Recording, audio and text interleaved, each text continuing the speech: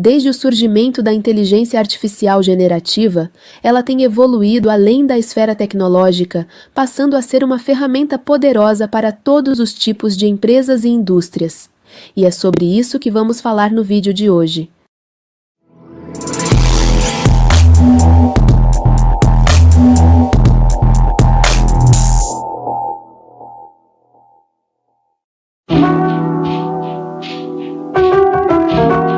Inicialmente voltada para profissionais de TI, a IA generativa agora transcende as fronteiras tecnológicas.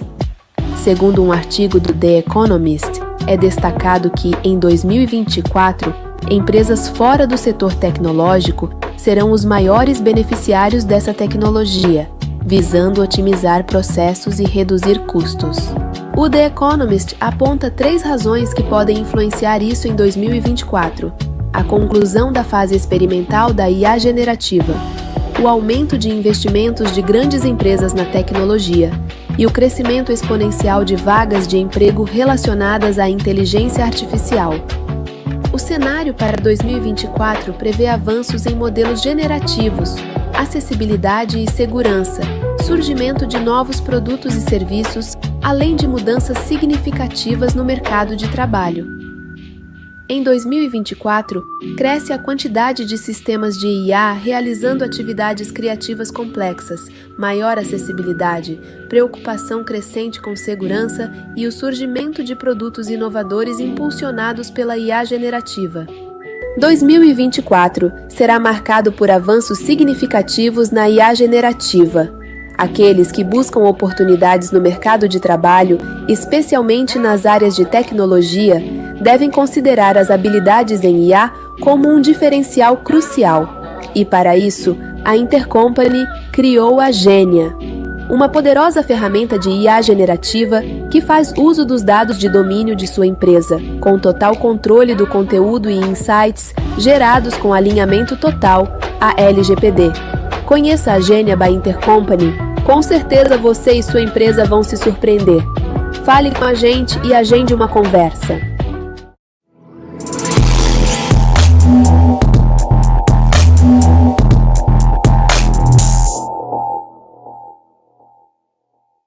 Em 2023, observou-se um aumento global nas atividades cybercriminosas.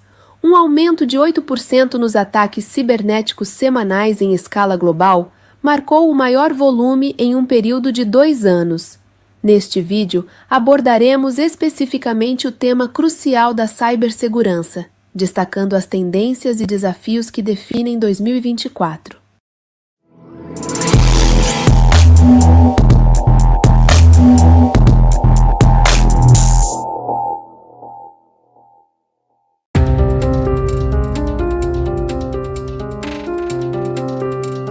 Uma matéria no IT Forum mostra os desafios enfrentados em 2023. Vimos uma evolução significativa em ameaças conhecidas, como ransomware e hacktivismo. Grupos cybercriminosos modificaram suas táticas, até mesmo ressuscitando tecnologias antigas, como os dispositivos USB, para disseminar malware. Um exemplo foi o ataque ao MGM Resorts, que fechou grandes locais em Las Vegas por vários dias e que também foi noticiado pelos nossos especialistas durante o evento que participamos em setembro passado. Olhando para as previsões de 2024, a inteligência artificial assumirá um papel protagonista nos ataques cibernéticos. Veremos um aumento significativo na utilização da IA para acelerar o desenvolvimento de malware e ransomware. Este é um jogo de inovação constante, onde é crucial investir em IA para se proteger contra ameaças avançadas. Além disso, houve passos significativos na Europa e nos Estados Unidos para regulamentar o uso da inteligência artificial. No Brasil, a Autoridade Nacional de Proteção de Dados, ANPD, está analisando propostas para regulamentação. Essas mudanças impactarão como essas tecnologias são utilizadas tanto em atividades defensivas quanto ofensivas. Outra tendência interessante é o foco dos cybercriminosos na nuvem, especialmente com o surgimento do GPU Farming. Muitos utilizam os recursos de IA baseados na nuvem como uma oportunidade lucrativa e concentrarão seus esforços na criação de parques de GPUs para financiar suas atividades criminosas. O aumento dos ataques cibernéticos a infraestruturas críticas, muitas vezes associados a estados-nação, está impulsionando a adoção de modelos de Zero Trust. As regulamentações de cibersegurança mais rigorosas estão sendo introduzidas pelos governos para proteger dados pessoais e a privacidade, tornando essencial que as organizações se adaptem a esses novos cenários. A importância crítica de protocolos de segurança mais robustos na cadeia de suprimentos foi evidenciada por recentes violações.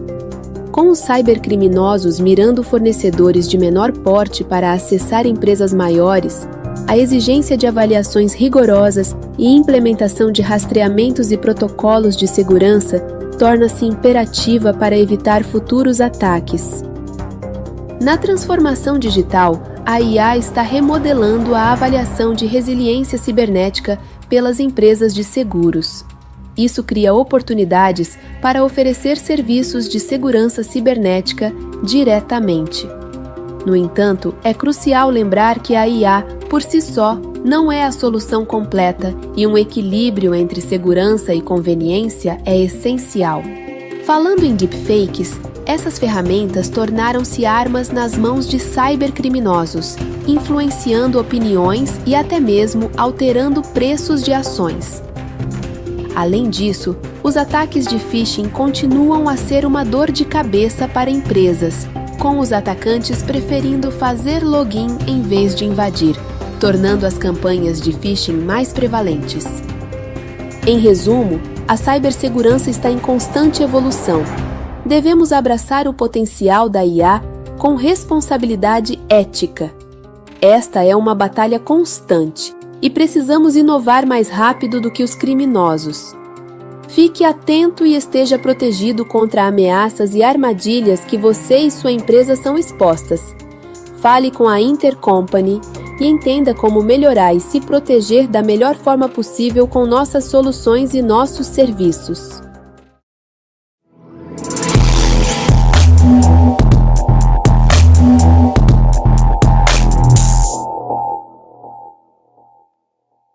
No vídeo de hoje, vamos apontar as principais tendências de computação em nuvem para o ano de 2024, com base no que as gigantes do setor, como IBM, AWS, Google, Microsoft e outras têm se posicionado.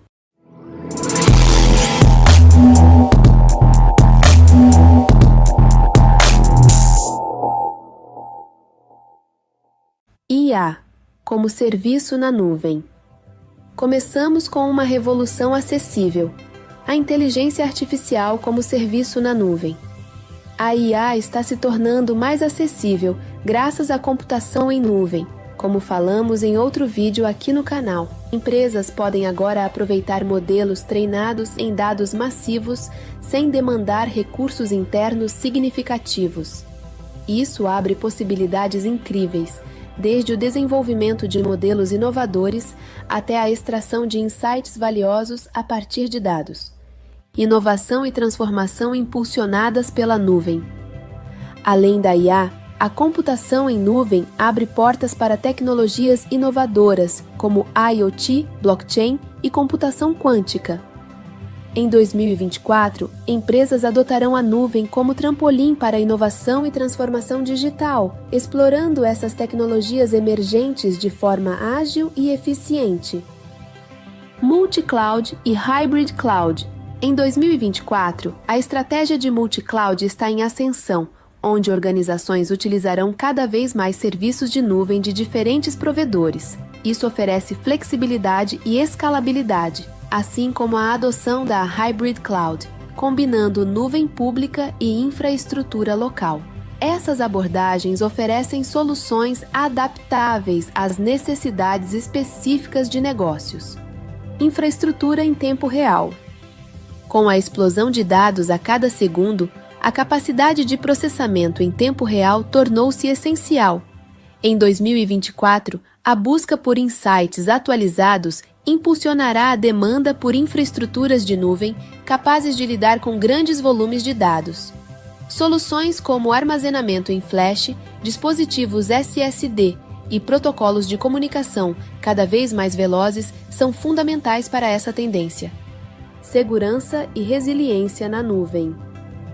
A segurança cibernética continua sendo uma prioridade em 2024, com ataques mais sofisticados, como já falamos em outro vídeo também aqui do canal. Empresas buscarão soluções de nuvem que ofereçam criptografia, autenticação e recuperação de desastres avançadas, garantindo a proteção dos dados e a continuidade dos negócios. Sustentabilidade na nuvem. Em um mundo preocupado com a sustentabilidade, a computação em nuvem não fica para trás. Principais provedores comprometem-se a reduzir emissões e gerar energia de fontes renováveis. Em 2024, mais empresas buscarão soluções ecológicas para reduzir suas pegadas de carbono. Simplificação da computação em nuvem. A nuvem está se tornando mais acessível a não técnicos graças a ferramentas de low-code e no-code. A simplificação é uma tendência-chave, permitindo que pessoas sem habilidades avançadas criem aplicativos e gerenciem serviços de nuvem de forma fácil e intuitiva. A IA generativa também ajudará cada vez mais nesse processo. Privacidade na nuvem. A gestão da privacidade dos dados é crucial na era da computação em nuvem. Em 2024, empresas buscarão soluções que garantam a segurança e a privacidade dos dados armazenados na nuvem, em conformidade com as regulamentações de privacidade como a LGPD. Serviços de nuvem sem servidor e pay-as-you-go. Apesar do termo ser curioso, se trata disso mesmo: contratação de serviços sem servidor alocado no momento zero. Serviços sem servidor permitem que empresas foquem em suas atividades principais sem se preocupar com servidores ociosos. Pagar apenas pelos recursos utilizados oferece eficiência e escalabilidade, promovendo uma abordagem ágil em relação à computação em nuvem. Edge Computing. Em 2024, com o avanço das tecnologias como o 5G, o Edge Computing ganha destaque ao realizar o processamento o mais próximo possível do local onde os dados são coletados. Isso significa que, em vez de enviar dados para um data center distante, o processamento ocorre localmente, proporcionando análises em tempo real e reduzindo latência na comunicação, o que permite a criação de aplicações mais responsivas. E assim, concluímos nossa jornada pelas tendências de computação em nuvem em 2024. A Intercompany oferece serviços em nuvem em conjunto com nossos parceiros de negócios e também com um data center próprio, o Intercloud. Fale com a gente para iniciar sua jornada para a nuvem ou para aprimorar a gestão dos seus ambientes.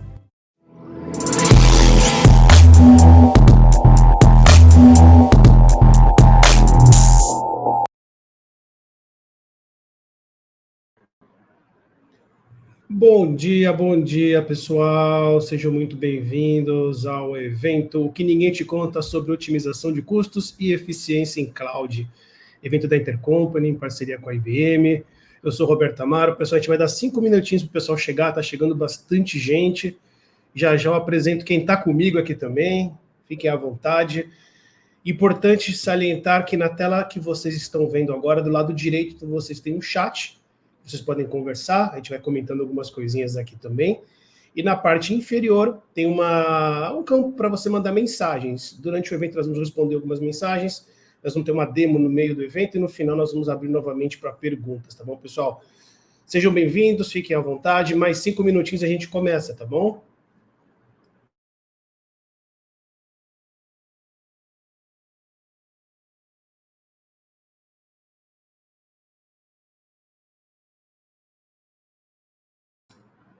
Enquanto isso, pessoal, vocês já visitaram o site da Intercompany, o site da IBM. Eu também tenho um canal no YouTube chamado Falando de TI, onde eu posto conteúdo sobre tecnologia, não só voltado para a empresa, mas para estudos também. Então, vou colocar aqui no chat alguns links. Fiquem à vontade para visitar enquanto isso, tá bom?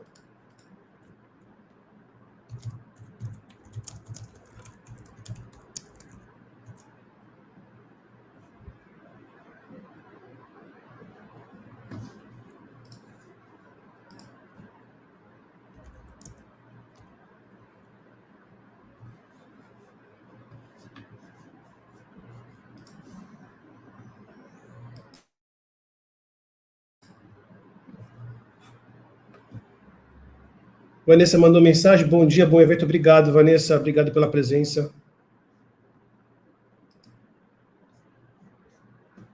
Bom dia, Marcelo, bom dia, Joana, o pessoal já está interagindo, bom dia, Carol, a galera está chegando.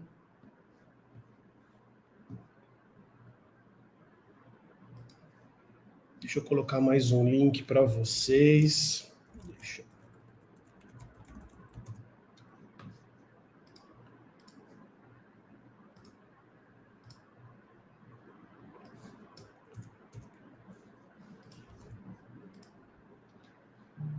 Ricardo, que vai estar aqui comigo, já botou manhã ensolarada em São Paulo.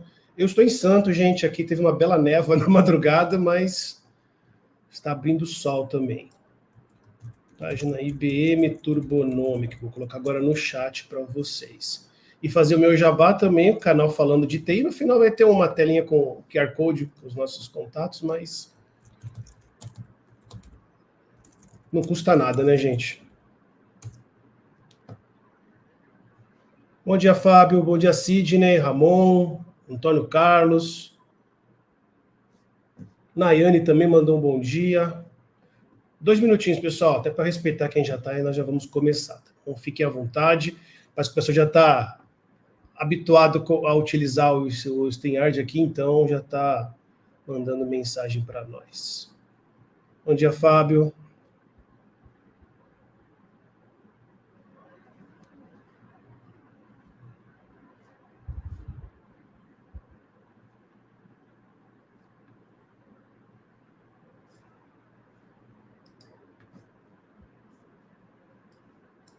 Mais um minutinho.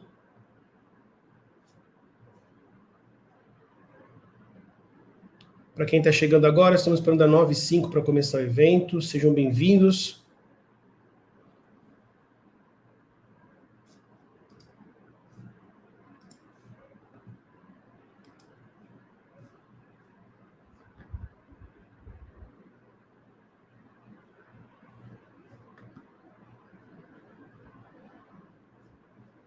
Bom, pessoal, 9h05, acho que em respeito aos que já chegaram pontualmente, obrigado pela presença de vocês. Esse é o nosso evento online, o que ninguém te conta sobre otimização de custos e eficiência em cloud. O evento da Intercompany, em parceria com a IBM. Eu sou Roberto Amaro, especialista em observabilidade, FinOps e automação na IBM. Tenho meu canal no YouTube falando de TI, onde eu posto conteúdo sobre tecnologia, como eu disse, não voltado só para empresas, mas para estudos também. Vamos começar o evento. O mundo da tecnologia constantemente lança termos e jargões. E parece que dentro dos termos atuais, FinOps é um dos mais procurados. FinOps é uma abordagem que combina diferentes práticas para facilitar o gerenciamento financeiro em nuvem. O objetivo de FinOps é aumentar o valor comercial da nuvem, reduzindo os custos e recursos desnecessários na jornada para a cloud. No evento de hoje, gente, eu não estou sozinho, eu estou com o Ricardo Kenji, Sales Engineer, ARM, FinOps e Observability da IBM. Kenji, bem-vindo, bom dia, obrigado pela tua presença. Bom dia para todo mundo, bom dia para quem investiu um pouquinho de tempo para estar aqui com a gente. Agradeço também o convite da Intercompany para falar com todo mundo aqui. Agradeço também ao Roberto aí pela introdução. Sou o Kenji, tá? Mais conhecido como Kenji, Ricardo Kenji. Sou engenheiro na IBM Brasil, especialista em gestão de recursos e FinOps, tá? Certificado na FinOps Foundation e também professor de gestão financeira de cloud na FIAP para a turma do MBA, tá? Estou bem acompanhado. Obrigado, Kenji.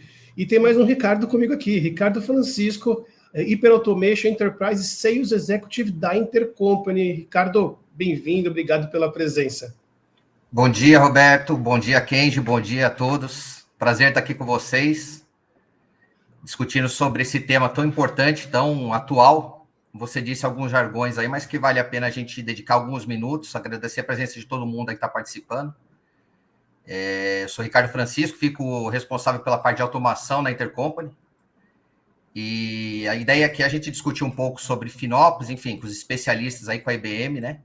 Depois a gente vai discutir um pouquinho, falo um pouquinho da Intercompany no decorrer do evento aí.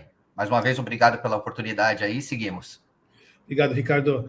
Pessoal, a qualquer momento, eu já falei isso no início, vocês podem mandar perguntas. Do lado direito tem um chat que vocês podem ir interagindo, nós vamos lendo algumas mensagens. E no rodapé tem um campo de mensagens que vem direto para a gente, tá? Então, fiquem à vontade. O evento nós vamos começar com um pequeno bate-papo, nós três. Depois vamos fazer uma demonstração de uma ferramenta. E no final voltamos para ler as perguntas de vocês, tá bom? Mas fiquem à vontade para interagir com a gente. Pessoal, vamos começar então.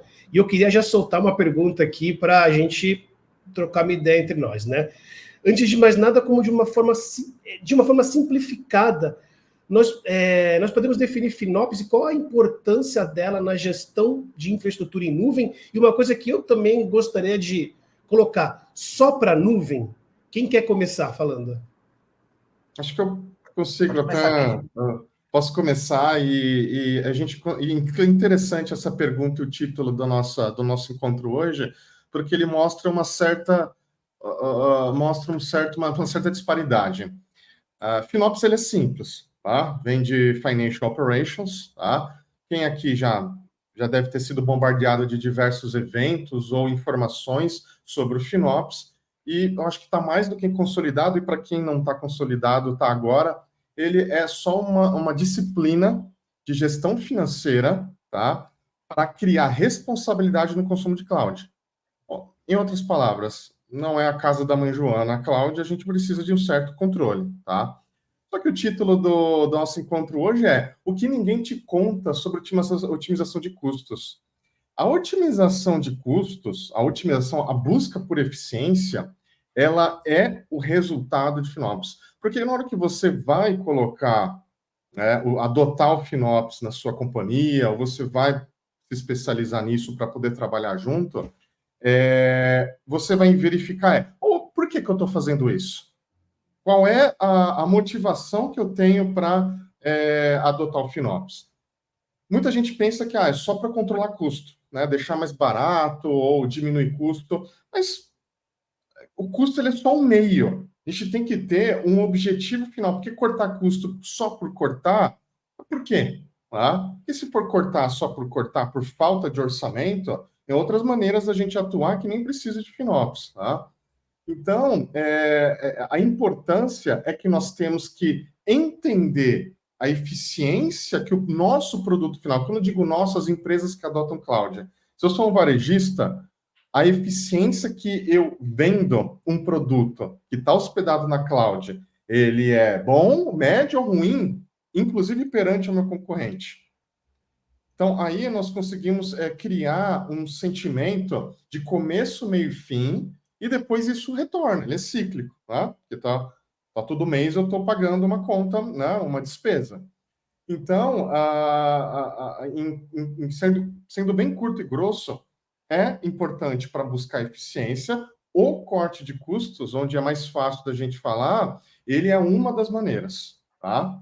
E a outra pergunta do Roberto é em relação a ser só para cloud. Oficialmente é Cloud FinOps, tá? Ele é somente para cloud, mas nada impede de você buscar eficiência em tudo, em licenças, em hardware físico, tá? Em aumento de densidade para você ter escolha se eu coloco no data center privado ou na cloud. Então, assim, não dá para adotar completamente o framework de Cloud FinOps para nuvem privada, porém, você pode usar várias boas práticas que são muito bem-vindas e, historicamente, sempre buscaram fazer isso, tá? Mas a gente vai falar agora, né, ao longo da conversa hoje, as dificuldades e como que a IBM Intercompany ajuda a superar isso. Tá? Muito bom. Falar um pouquinho da visão Intercompany desse processo, até porque, como o pessoal falou, quando fala o termo FinOps, né, na verdade, controle de custos é um controle que, dos 24 anos de experiência da Intercompany aí, a gente sempre falou, né? A gente sempre falou desde 2000, desde 99, vem falando sobre controle de custos. E eu acho que o diferencial de hoje é que você tem um ferramental que consegue te proporcionar, dentro do conceito de observabilidade, de você conseguir enxergar a sua infraestrutura, ou seja, qualquer que seja seu recurso computacional, de uma forma detalhada, uma forma que você consegue mensurar exatamente os gastos, mensurar exatamente o que cada setor da empresa, por exemplo, consome. Então, assim, é um termo novo, mas não é algo que a gente nunca se preocupou, pelo contrário. A gente sempre vem se preocupando com essa questão de custos. E dentro desses custos, aí a gente, nessa questão de cloud, eu acho que foi importante a definição do Kenji em relação à cloud privada, né? Quer dizer, a partir do momento que conceitualmente o cliente, qualquer organização tem uma cloud e ela é tratada como privada, ela passa a ser um dos itens a serem mensurados, né? Então, assim, no conceito a gente consegue sim proporcionar para uma cloud privada, quer dizer, infraestrutura interna, desde que definida como cloud, e a gente tem ferramentas para isso, ela entra no contexto de cloud, né? De cloudability, do que é mensurável através da observabilidade e do FinOps.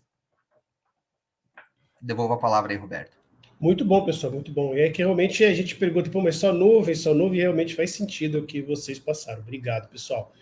Eu tenho mais uma perguntinha aqui, já voltando para o dia a dia da gente, né? Quais os principais desafios que vocês já estão encontrando, as empresas estão enfrentando na otimização desses custos dos ambientes em nuvem? Vocês já conseguem mensurar isso de uma forma prática? Já. Eu atendi por 2 anos o Brasil todo, agora eu sou focado em finanças de São Paulo, mas a gente verifica que há um certo padrão. Por que certo padrão? Porque a cloud é uma commodity. Tá? Você tem... Se eu criar uma conta agora na Amazon, tem o mesmo poder de processamento que o maior banco da América Latina hoje. Tá? Falando de acesso à tecnologia. A cobrança é igual. Tá? Então, na hora que nós conversamos com os clientes, a gente verifica também uma desconexão entre o ter e o precisar. Tá? E o problema de ter e precisar e mensurar esse nível de eficiência é que há também a necessidade de ter como se fosse um colchão de folga, tá?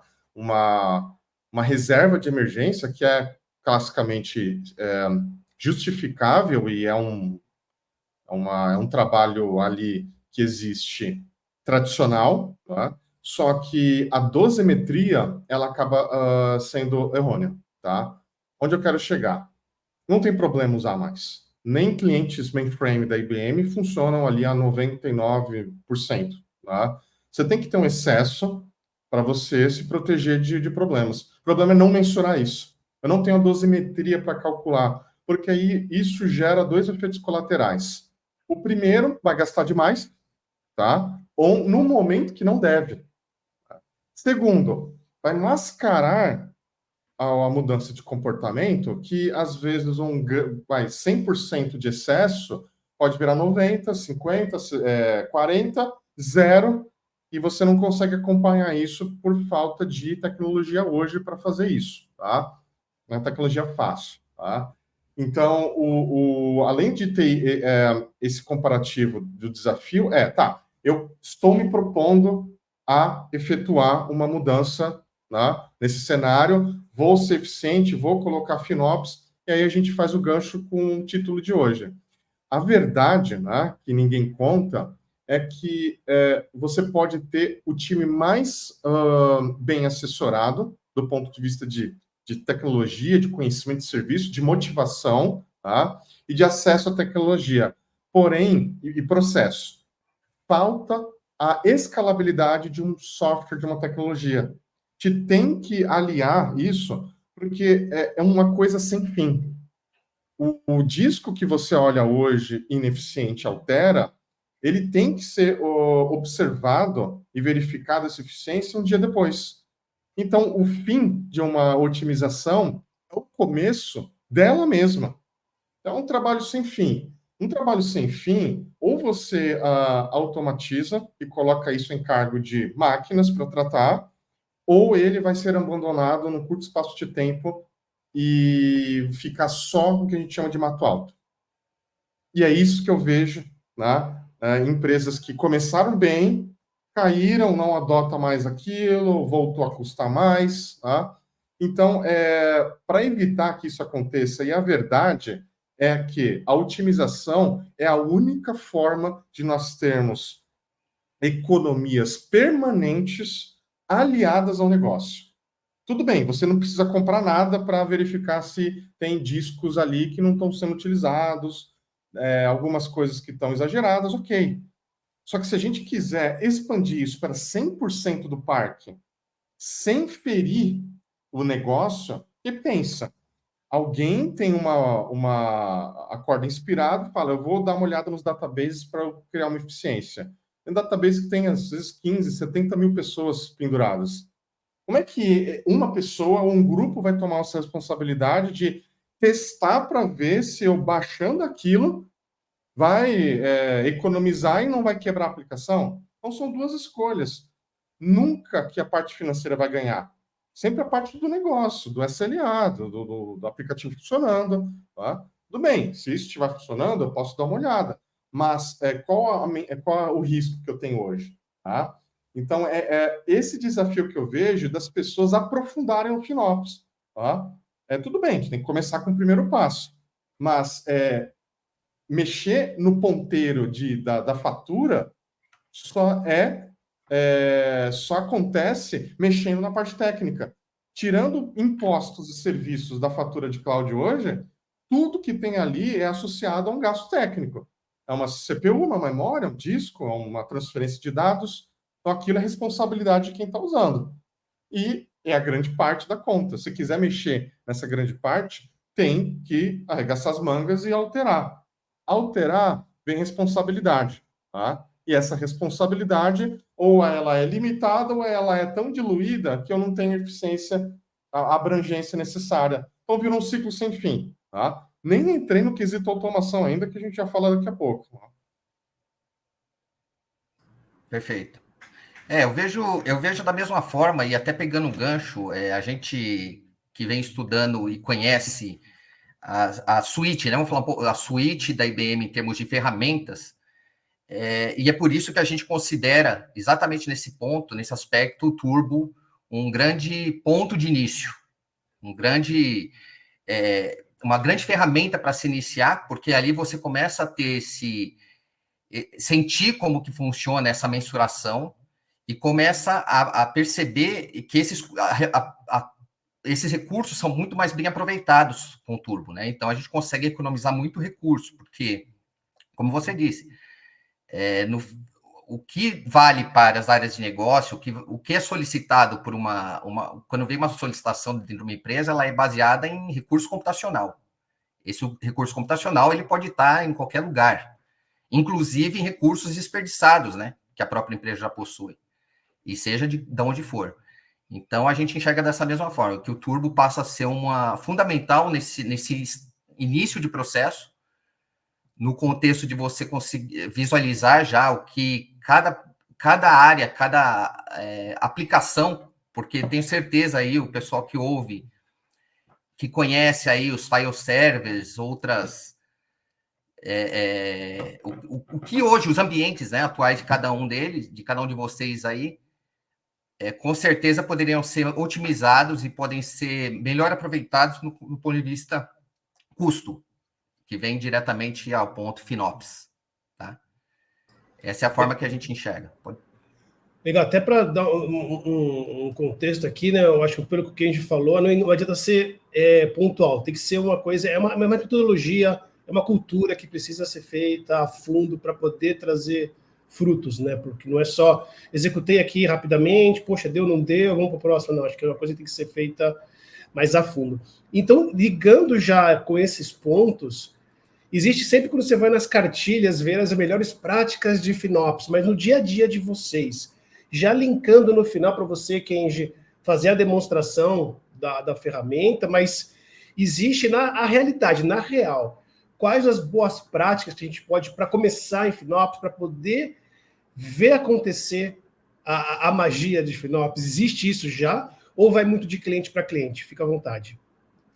Olha, a melhor prática existe, a FinOps Foundation está aí para colocar o que ela é, só que aquilo ali, né, a FinOps Foundation, não é uma crítica, tá? Mas isso é padrão de qualquer framework, é um supermercado de opções que você tem que fazer, tá?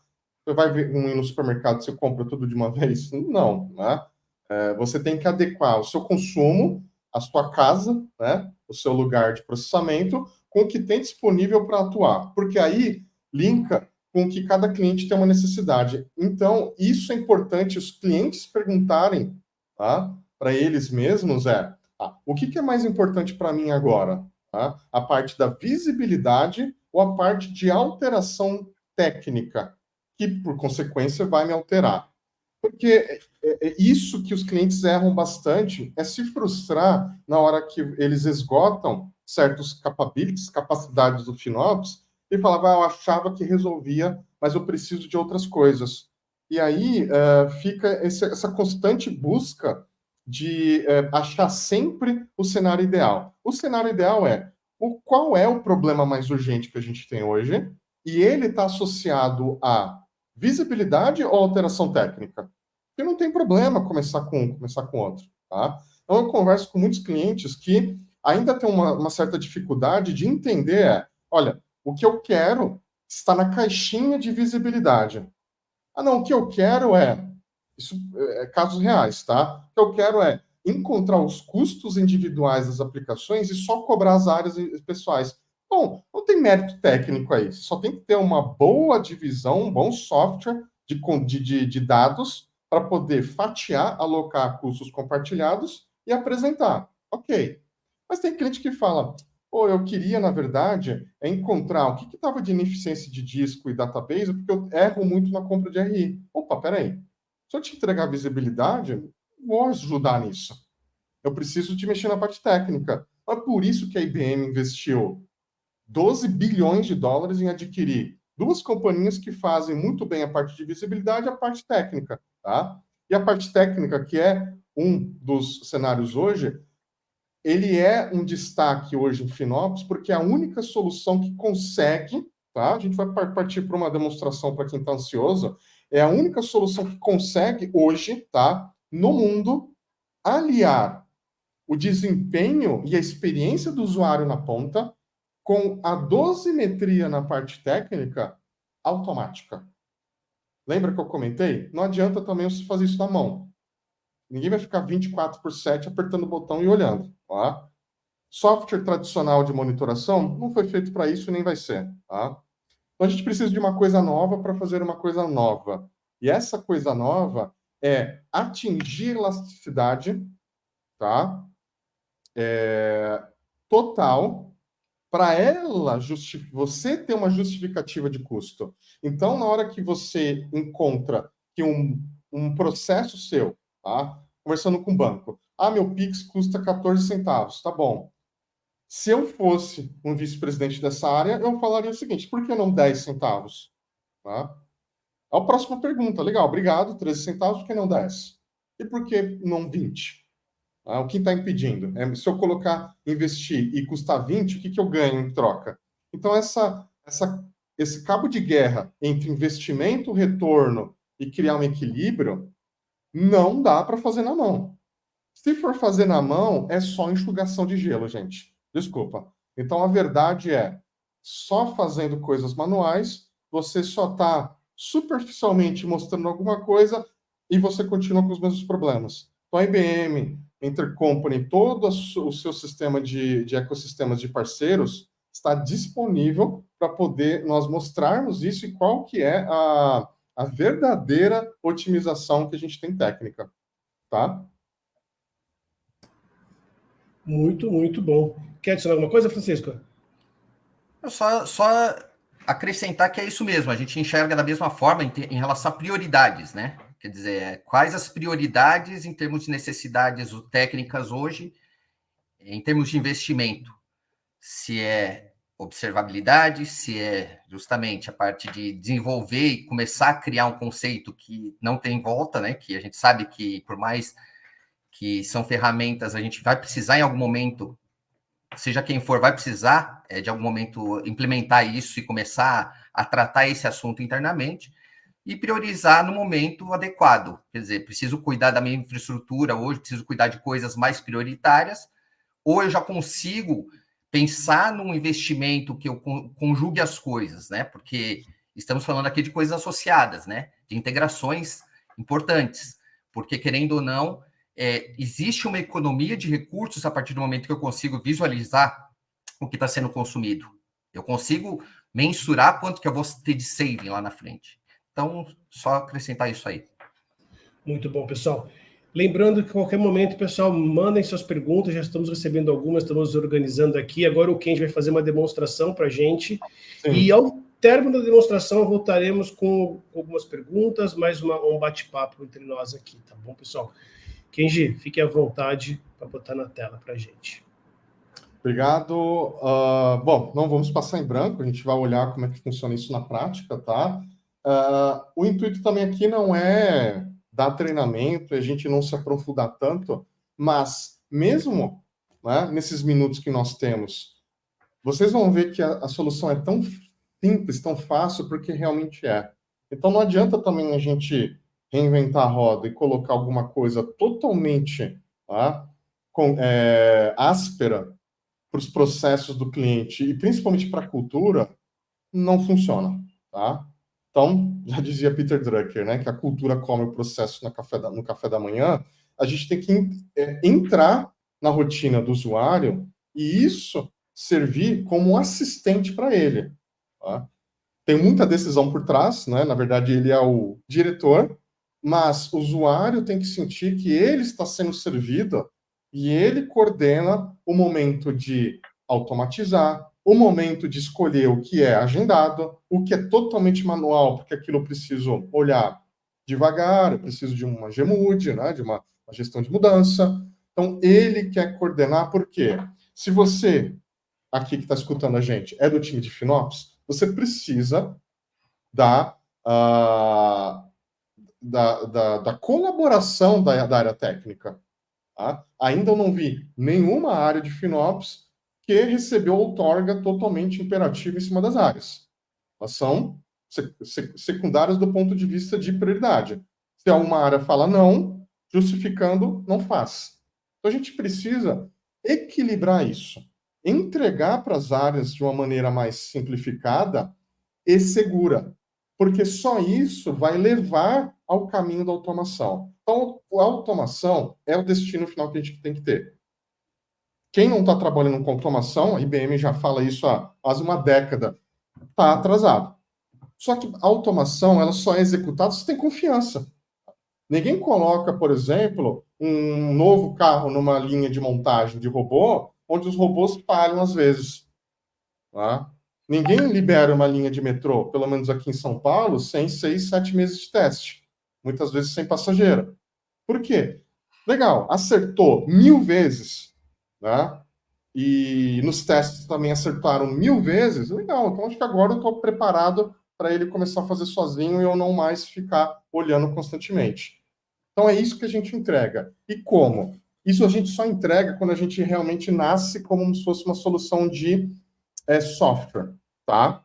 A solução de software, ela vai criar esse motor de análise, tá? Verificar a dosimetria e mastigar para o cliente. Só que a gente faz como se fosse um humano, tá? Outro Bonomic que vocês estão vendo na tela nasceu antes mesmo de existir FinOps, antes de 2011, tá? Que foi a primeira menção a FinOps, tá? Porque a gente nasceu na área privada ainda, antes da cloud. Com a cloud, que isso acabou sendo mais forte, a parte financeira, e aí a gente analisa, opa, peraí, então quer dizer que se eu fazer essa mesma gestão técnica na cloud, eu posso economizar? Então, com isso, nós conectamos nas clouds, nas tecnologias, no APM, a gente conecta em Kubernetes, né? E começa a entender o comportamento dessa empresa, da cloud dessa empresa, tá? Daqui, eu identifico se ela está equilibrada ou com excesso ou com a falta de recursos. Então, ponto número 2 que ninguém conta. FinOps não é só cortar, gente. Lembrando, otimização é uma via de mão dupla. Você otimiza cortando custo, mas otimiza também tirando cargas do risco. Tá? Então, a gente mostra tanto investimentos e economias separados por contas, por tags, e criando já a ação. Quando a gente fala criar ação, é literalmente a decisão final e acabada. Não é uma ideia onde a gente fala o seguinte, olha, dá uma olhada lá, né, verifica manualmente, se confirmar, executa você por fora. Tá? Vai você na cloud, acha aquilo lá e executa. Não é assim. Porque senão, para que eu vou adquirir alguma coisa? Isso já tem nas próprias clouds. Tá? Então, quando nós entregamos a solução acabada, ela já é uma decisão, tá, pronta para execução e, se quiser, automação. Tá? Ela é abstraída do que tem de jargões e tecnologias que tem na cloud, tá? Porque a gente padroniza o que a Amazon, Google, Azure, OpenShift, VMware, Nutanix, a gente coloca tudo dentro da mesma tecnologia e mostra de uma maneira simplificada, com viés, primeiro, performático para economias. Então, a gente consegue, por exemplo, que tem muito cliente que fica assustado, correções de performance, que em teoria é associado com o time de monitoração e operações, só que com economia ao mesmo tempo. Ou seja, eu decidi tecnicamente, analisei, vasculhei a cloud para o que precisa, encontrei a melhor carga e, por coincidência, eu verifiquei que ela é mais barata. Igual no exemplo que vocês estão vendo na tela. Eu posso executar aqui, ou agendar, ou colocar isso em tempo real. Coloquei para GP3, se um dia pedir IO1, coloco. Precisa voltar para o standard? Volta. Então, a gente usa o potencial das clouds públicas hoje, cada cloud tem a sua fortaleza, né? E a sua fraqueza, a gente para isso na plenitude, para facilitar a vida do usuário. Tá? Temos alguma pergunta, Roberto, aqui no meio? Kenji, tem uma pergunta aqui do Ramon, ele botou no chat, então eu estava caçando aqui no meio, eu achei muito boa. Ramon, parabéns pela pergunta, você foi num ponto crucial. Ele colocou o seguinte, como sempre é preciso utilizar uma ferramenta de automação. Então não é preciso um profissional especializado em FinOps? Perguntinha de prova, hein? Muito boa pergunta. Essa decisão de profissional especializado em FinOps não tem que ver com a decisão de ferramenta, tá? Porque eu tenho clientes que adquiriram com a custódia do time de FinOps, com custódia do time de SRE, de operações, tá? Tem várias, menos segurança, né? Não precisa disso. Tirando as outras, eu tenho uma mistura, tá? A única decisão que eu vejo de especializar ou não é se você quer criar área para ela ir atrás das outras áreas e passar a palavra. Explicar o porquê é importante, doutrinar, aculturar as pessoas, mostrar que a eficiência ela é boa para todo mundo, etc. Você tem necessidade, a grande o suficiente empresa para ter isso, né? E precisa de gente dedicada nesse tempo, sim, é melhor contratar um profissional especializado, tá? Pode ser recrutado e formado ele ou pego do mercado, um pouco mais difícil, começou agora, né? Acredito que ainda é escasso isso, há muita oportunidade, mas a decisão é essa. Qual vai ser a sua fome para buscar o FinOps na empresa? Tá? Bom, e a decisão, né, da gente executar ou não, ela começa a tomar um corpo, porque eu consigo decidir se o custo que eu tenho versus a economia que eu posso ter e qual é a relação entre desempenho das aplicações. Então, eu começo a entender que, dependendo da aplicação que eu tenha, tá, aqui, e o tempo de resposta, a experiência que o usuário tem na ponta, eu posso decidir se eu aumento ou não. Olha que interessante. Parece que nem é uma reunião de FinOps, tá? Mas tudo que acontece com desenvolvedor, arquitetura, as pessoas conectadas vão impactar na quantidade de hardware na cloud pública. Essa quantidade de hardware impacta o quê? Fatura, billing. Então tá tudo ligado. A diferença é que não adianta a gente só olhar a fatura e tentar voltar no tempo, nossa, deixa eu ver o que deu de errado, porque aumentou o custo, e tentar corrigir. Primeiro, se você acha, é só a correção para o próximo mês, já foi, né? Se você não acha, você perdeu tempo. Né? É o que mais acontece. Então, a abordagem application-centric da IBM, ela traz economias financeiras, tá? Provadas. Tá? Eu tenho um cliente que está com Kubernetes automatizado na Amazon, de produção, onde houve queda de consumo de EKS até 40%. Quando uma equipe de FinOps ia chegar num SRE e falar, vamos derrubar 40% dos seus worker nodes? Ele falou, meu, sai daqui, você nem sabe o que você está falando, nem sabe como funciona EKS. Então, ao enviar direto para o desenvolvedor as mudanças sutis ali de CPU e memória, a gente impactou finanças. Então, essa é uma outra verdade que a gente revela aqui. O time de operações e time de FinOps está na mão de desenvolvedores mais do que tudo. A gente tem empresas com quase 90% de carga dentro de Cloud Native, Kubernetes. Então, quer dizer que 90% do custo desse ambiente, né, total, está nas mãos de um desenvolvedor que escutou FinOps de uma propaganda ali na rede social e sabe que não pode exagerar, mas como eu estou mandando agora, ninguém reclamou, vida que segue. Então há um vale gigantesco entre esses dois mundos. Tá? Na mão dá para fazer? Não dá. Muita boa vontade pode fazer em partes do sistema. Fez uma vez no mês, no outro vai voltar de novo. Tá? Então, software para calcular isso, decidir o que precisa mover, redimensionar, né, escalar, e eu coleto as economias depois. A ordem é essa, tá? Do trás para frente, aí são outros problemas que vão ser abordados, tá? Não essa parte de consumo, carga versus configuração, tá? Bom, temos mais uns minutinhos, né, pessoal? Tem, fica à vontade, Kenji. Estou organizando as perguntinhas aqui, tá? Isso. E por último, mas não menos importante, nós temos que explorar as automações. Então, as clouds, cada uma tem ações que podem ser feitas de maneira não disruptiva. Tem que explorar isso. Tá? Vou colocar exemplos aqui. A Amazon entrega discos totalmente não disruptivos. Tá? Então, por que a gente tem que... a gente não pode explorar essa mudança em tempo real, variando a carga? Né? Ela documenta e coloca em suporte, né, que isso pode. A Microsoft, os databases dela, tanto analítico como relacional, também permitem se trocar sem disrupção. Tá? Então, por que a gente também não explora isso?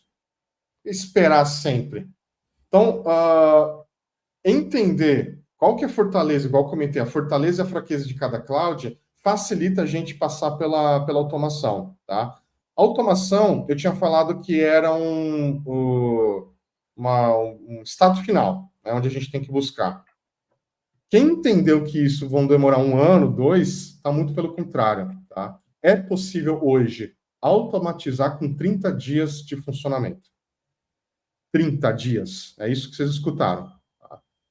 Porque a execução, a automação, decisão, ingestão e cálculo é dentro da mesma plataforma. Então, imagina isso sendo automatizado ou quando houve um aumento nessa automação, eu posso ser avisado por Teams ou por Slack, por exemplo, para o paciente que houve uma mitigação de risco potencial num disco de um database super importante. Tá? Imagina que isso pode acontecer. Então, esse nível de complexidade que a gente tenta amaciar e simplificar para o cliente, porque o dinheiro está aí. Vi que tem mais perguntas aqui, né, Roberto? Kenji, eu quero fazer uma que também foi legal. Você falou um pouco das equipes, a distribuição das equipes, todas com suas responsabilidades. Existe, já pegou algum caso, e o Francisco também, de ter alguma pequena guerra entre as equipes, o pessoal de finanças, com o pessoal de operações, com o pessoal de TI, cada um puxando o cobertor para o seu lado? Vocês já chegaram a ver isso? E como foi resolvido, né? Olha, talvez uns 2 anos atrás isso seria realmente uma pergunta que eu falaria assim, há um problema, há conflitos, tá? Hoje, 2 anos depois, com o FinOps Foundation no Brasil muito forte e todas as empresas trabalhando, né? A IBM, os grandes fabricantes, os parceiros, eu acredito que isso já está um pouco apaziguado, tá? Então, há realmente um pouco de desconfiança do time de FinOps em relação a falar o seguinte, de você chegar muito seco, muito cru para as áreas. Olha, eu verifiquei que seu custo aumentou de 1.000 para 1.200 nessa área. Dá uma olhada o que é. Ele vai pegar aquele e-mail e vai deletar. Vai deixar por último, depois eu vejo que isso. Aí na hora que ele for responder uma semana depois, eu ainda estou investigando. Uma semana depois, eu verifiquei, aumentou a carga no database, dá uma desculpa qualquer e vai. Tá? Não é todo mundo que faz isso, mas a maioria. Eu vi isso ao vivo. E então, hoje, se você chega já com uma coisa mais bem acabada, a decisão, entender o porquê que eu estou diminuindo de um general provisioning de DC para família F, por que eu estou fazendo isso? Tá? Mas por que resolver performance vai abaixar? Aí ele entende a complexidade de decidir múltiplas definições. Hoje, escolher uma carga são duas opções certas e todas as outras opções erradas. Então, tem 400 VMs hoje na Amazon disponíveis. Só 2 no máximo estão certas. As pessoas, então, tendem a simplificar. Joga aquilo lá, se ninguém reclamar, faz. Então, é essa conexão que a gente tenta facilitar. Tá? Mais Legal. alguma? Francisco, quer complementar alguma coisa? Eu posso acrescentar o seguinte, que hoje, o que é ferramenta? Hoje, vamos pensar que cada projeto que a gente tem em cliente, seja de qual linha for, ele é muito personalizado. Ele é muito aderente às necessidades específicas daquele cliente. Então, a gente desenha algo muito fechadinho. Por outro lado, existem compras que têm um desafio de buscar alternativas, né? Quer dizer, você tem que ele tem que buscar alternativas comparáveis e que sejam iguais. Então, ajuda muito nesse aspecto, ao meu ver. FinOps é muito nessa linha, quer dizer, começa a ter uma informação única dentro da estrutura, dentro do corporativo, porque é a mesma informação para todos e aí fica à vontade para cada um, inclusive, poder optar por se a cloud A, B, C ou D é mais viável e aderente àquela minha necessidade específica, aquela questão técnica que requer aquele projeto. Então, nesse aspecto, eu acho que agrega muito. Eu acho que você tem uma visão mais unificada dentro da estrutura, no sentido de todos enxergarem a mesma informação, né? Então, tira um pouco dessa questão, né, dessa competição ou desse resquício que tem entre algumas áreas internamente. Pelo contrário, ao meu ver, ele ajuda a viabilizar justamente essa esteira, né? A esteira de uma forma mais automática. Muito bom, muito bom. Muito bom. O William mandou também uma pergunta para a gente, ele mandou no chat, então eu fui caçar aqui. Ele mandou o seguinte: algumas soluções de FinOps cobram uma porcentagem mediante a economia gerada. Batendo o olho na doc, compreendi que é um preço fixo para até 2 meses. É isso mesmo? Como é que funciona a precificação em geral dele?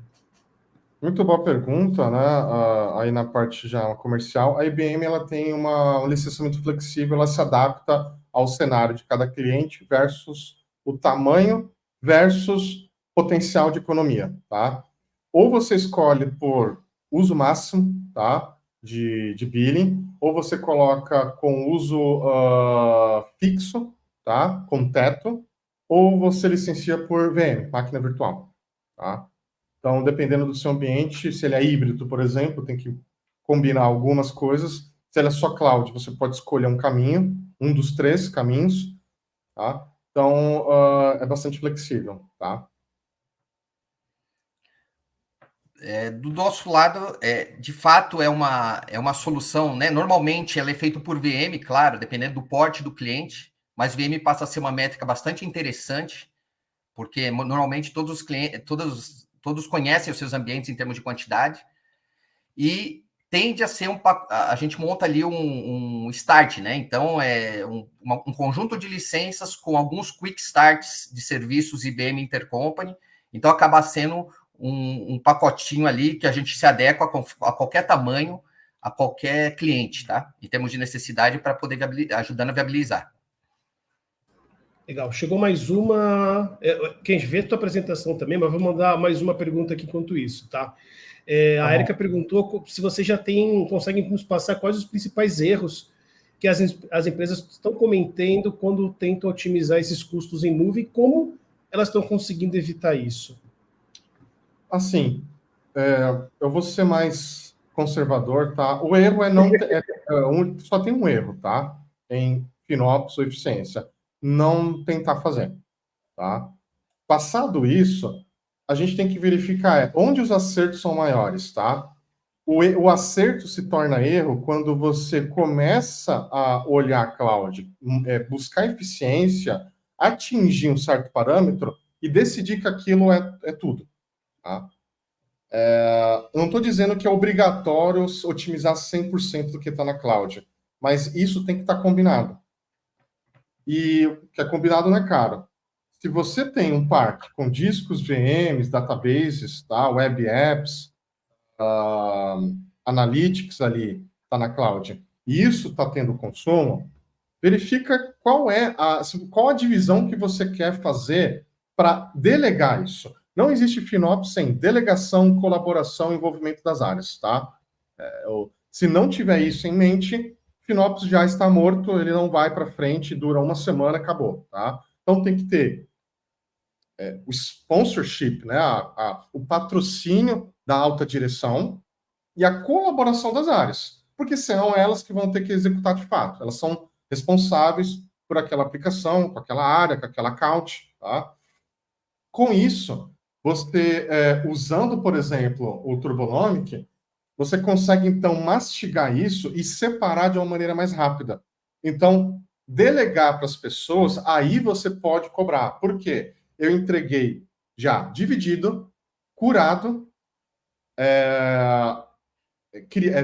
feito todas as exceções possíveis e pronto para executar. Se ele não executou, aí a batata está com ele.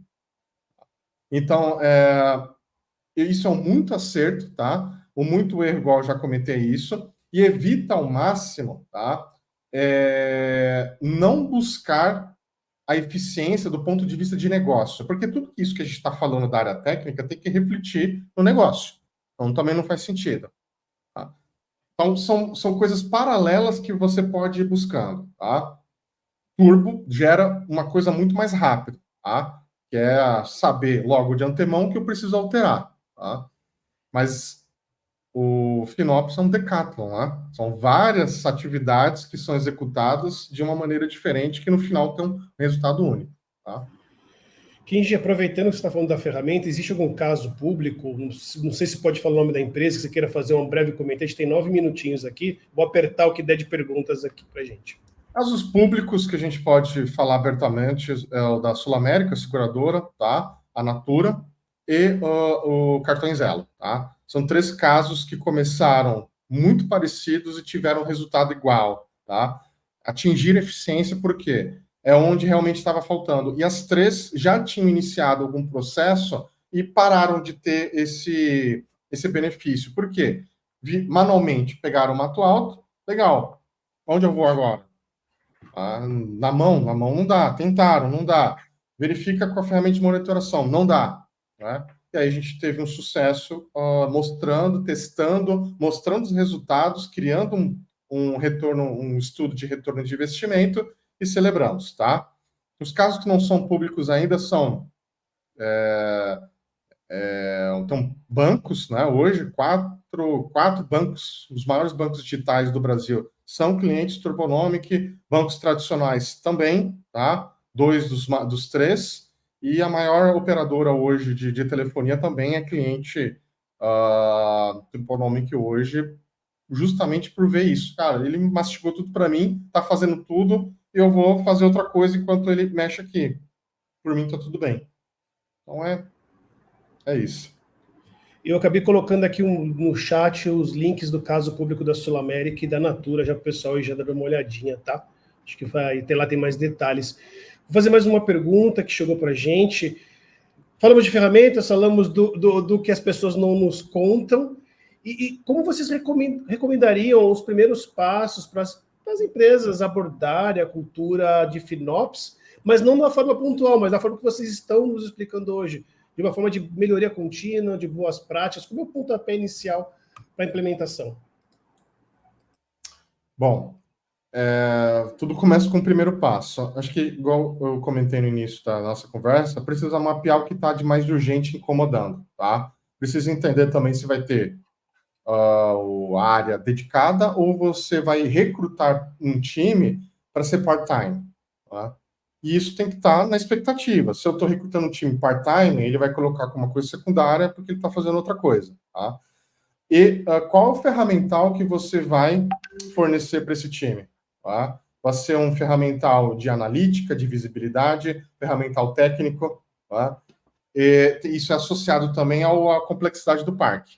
O parque é complexo, tem muita coisa com custo compartilhado, e isso eu preciso refletir primeiro na visibilidade.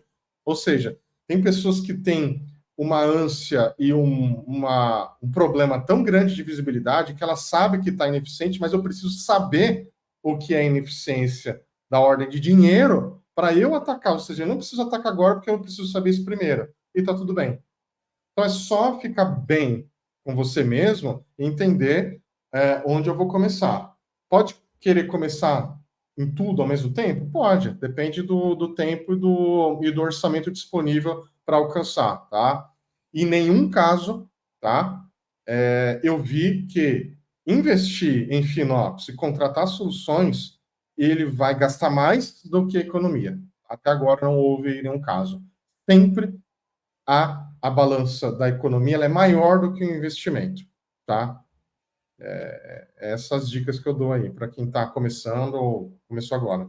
Só complementando também, quando a gente conversa com esses cases, né? A gente teve a oportunidade de conversar com o pessoal da Sul América, por exemplo, de outros clientes.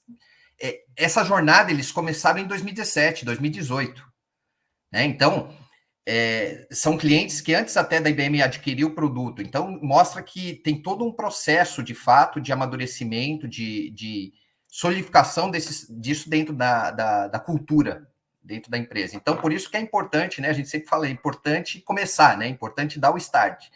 E a partir dali, a própria solução se autodenomina se mais, se menos, e no momento adequado, porque os consumos ao que elas representam, ao que elas se propõem as métricas que ela se propõe de bilhetagem e tudo, ela vai atingir a 0 minuto. Ela começa a atingir e já começa a mensurar e já começa a ter os retornos em termos de investimento. Muito bom. Estão chegando mais perguntas, estou dando uma apertada aqui, consolidando elas. Vocês já escutam vocês chegaram a ouvir objeções no início de uma jornada de FinOps? E quais as áreas que acabavam criando essas objeções? É uma quebra de paradigma, né? Então é normal ouvir? Objeção realmente é desconfiança, tá? Tudo bem, a área de FinOps não é obrigado a saber no detalhe que aquele disco está com aquela versão, porque um fornecedor falou há 8 anos atrás num e-mail que tinha que ser aquilo ali. Assim, não tem isso, não tem como saber. Isso não está mapeado e a própria tecnologia não vai falar sozinha, tá? Mas não tem problema. Isso é colocado como exceção e vai ter outras ações. Então, essa parceria de entender, entendi que o seu database está nesse tamanho porque, olha lá, a Lua está em estado minguante. Então, vamos configurar aqui, né, se isso é justificado, e aí, as próximas que quando começa a acertar, ele vai verificar, beleza, então está personalizado para mim, tá? Então, eu vejo que os problemas técnicos, eles ocorrem nessa fase, tá? Nossa, o que eu enxergo é que essas ferramentas acabam sendo, no bom sentido, os dedos duros, em relação aos processos, né? Então, isso sim pode se tornar, e por isso é importante a cultura, alguma objeção de controles que muitas vezes são feitos manualmente hoje, né? Então, se a gente for ver o que hoje nós temos em termos de controles que não são outras ferramentas que oferecem, são poucas, com esse nível de informação, né? Com esse detalhe de informação. Então, nesse sentido, sim, alguma objeção do ponto de vista de fato, ser algo que a gente consiga mensurar e apontar ali, de fato, onde está o problema, onde ocasionou qualquer questão que envolva o processo. Tudo que é novo, né? Tira a gente do conforto, dá uma desconfiança, né? Normal, né? E assim, o que a gente comentou que não tem uma ferramenta única, né? Inclusive, até foi deixa eu pegar, o Ramon questionou sobre sempre ter uma ferramenta envolvida nisso, né? Existem outras ferramentas que vão em conjunto atingindo pontos específicos de FinOps? Vocês querem dar um overview sobre isso? Pode comentar. Na verdade, a gente até optou, né, quando a gente começou a estudar isso alguns anos atrás, estudar o assunto, a suíte de produtos, né? E então, assim, outras ferramentas contemplam sim, por exemplo, o Aptio. Por exemplo, o Aptio, que, né, aí depende de Cloudability, Aptio One, aí depende do tipo de situação, mas normalmente é o Cloudability. O próprio Flexera, né? Então, são ferramentas que complementam a suíte, que complementam FinOps para poder chegar. Então, a gente consegue criar um roadmap. Mas eu diria que se eu puder, não, onde eu começo é o Turbo, porque é onde a gente começa a ter o primeiro passo. Não adianta, né, a gente começar, claro, a não ser que o cliente tenha lá 5, 6 consumo muito excessivo de clouds, isso passa a ser, já dá um passo a mais, que nem o que a gente falou, ele pode começar de qualquer lugar. Mas para quem está começando esse processo, estou tentando iniciar FinOps dentro da minha estrutura, eu vejo como Turbo, mas existem outros produtos que complementam sim a suíte. Muito bom. Muito bom. Pessoal, vamos estourando o tempo aqui, também não vou prender vocês, acho que a gente fez bastante perguntas, existem outras que estão chegando. Pessoal, as perguntas que não forem respondidas, a gente responde depois por e-mail, entre em contato com vocês, ou cria uma página com as respostas. Acho que o pessoal está bem curioso com o tema, como eu falei, é um tema que está muito em evidência. Eu também gravei um vídeo lá no meu canal do YouTube que fala um pouquinho sobre 7 motivos para começar em FinOps, então fiquem à vontade para visitar também. E eu quero agradecer muito a presença dos meus Ricardos aqui. Ricardo Francisco, obrigado pela tua presença. Espero te ver de novo aqui, tá bom? Obrigado, agradeço a oportunidade. É um prazer estar com vocês. Um abraço a todos que estão nos acompanhando aí. Obrigado Ricardo pela oportunidade. Kenji, obrigado, cara. Obrigado. Bom dia. Tchau, tchau. Pessoal, e mais uma vez agradecer a presença de vocês, agradecer a Intercompre pelo convite, pela parceria com a gente mais uma vez. Espero nos ver no próximo encontro e até lá, pessoal. Um grande abraço.